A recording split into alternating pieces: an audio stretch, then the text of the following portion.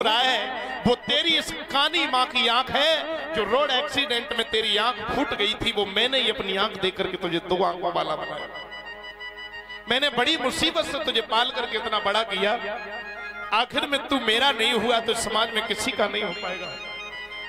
और मूर्ख, तू अपनी माँ को पहचान नहीं पाया। माँ से बड़ा दुनिया में कोई धन नहीं है, कोई संपत्ति नहीं है। वो माँ इतना लिख करके उस पर्चे को बकस में रख करके मर गई। समय बदला और समय अनुसार नौकरी में किसी न किसी कागज की हमेशा जरूरत आती रहती है। तो किसी सर्टिफिकेट की जरूरत के कारण वो शहर से घर आया।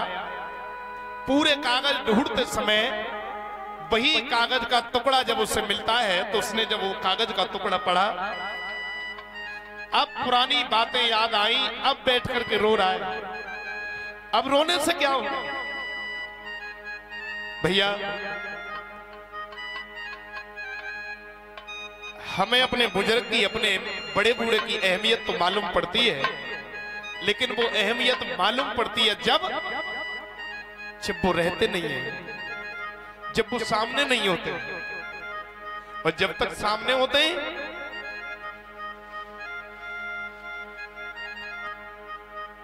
तब तक हम उनकी इज्जत नहीं करते। चाहे कितना भी बुरा हो, चाहे कितना भी खराब हो, लेकिन बेटा पर जब मुसीबत होगी तो अपना ही सामने आएगा, कोई दूसरा नहीं आएगा, कोई नहीं आएगा। बेचारा बाद में रोता रोता रह गया, कुछ नहीं रहा। तो मेरा तो केवल एक ही निवेदन है कि जब तक ये बूढ़े माँ बाप पिता घर में हैं, उनकी सेवा के अलावा हमारा कोई ऐसा धर्म नहीं है जो हम दूसरे की सेवा करें। एक विद्वान कहता है कि सारे तीर्थ धाम आपके चरणों में, हे गुरुदेव प्रणाम आपके चरणों में। सबसे पहला गुरु कौन होता है? माता। माता ही गुरु होती है। माता निर्माता भवती।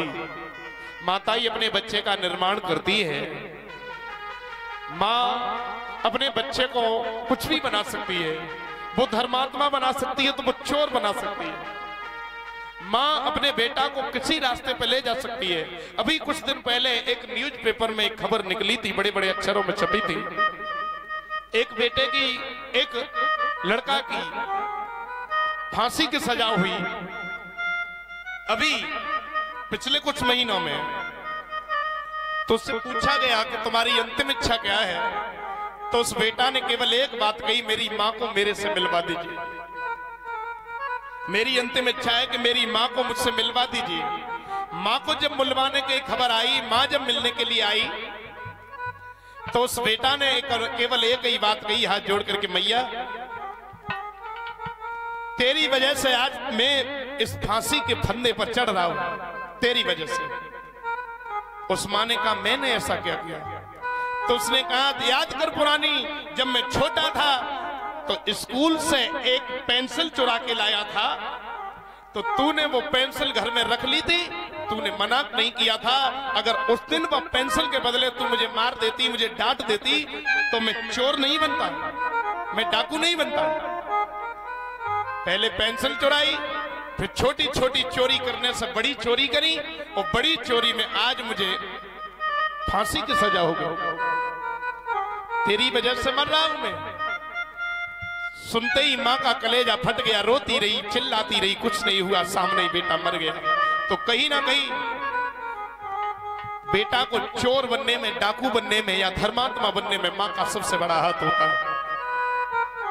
एक मनोवैज्ञानिक हुए, साइकोलॉजिस्ट हुए, शायद पढ़ने वाले सब लोग पढ़े लिखे, बीएड बीटीसी सब ने किया। एक वाटसन नाम के मनोवैज्ञानिक हुए, उन्होंने कहा है कि तुम मुझे बालक दो, मैं तुम जो कहो डाकू बनाऊं, वकील कहो वकील बनाऊं, नेता अभिनेता, प्रधानमंत्री, मंत्री, इंस्पेक्टर, कलेक्टर, जो भी कहो बना दूंगा, तो मुझे केवल एक बालक दो। क्योंकि बालक कोरा कागज होता है, और कोरे कागज पर लिखने वाला शब्द कभी मिटता नहीं है, वही लिख जाता है जो शुरुआत में लिखता है। भैया जिसने अपने बेटाओं को, अपनी औलाद को अच्छे संस्कार दे दिए ना, फिर वही धन संपत्ति अच्छी है, उससे बड़ा धन दुनिया में कोई नहीं है।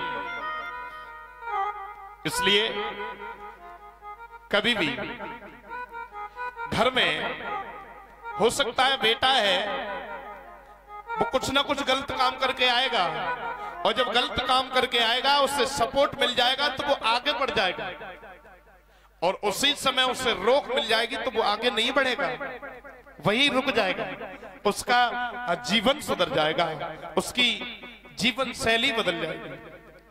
सारे तीर्थ धाम आपके चरणों में, हे गुरुदेव प्रणाम आपके चरणों में।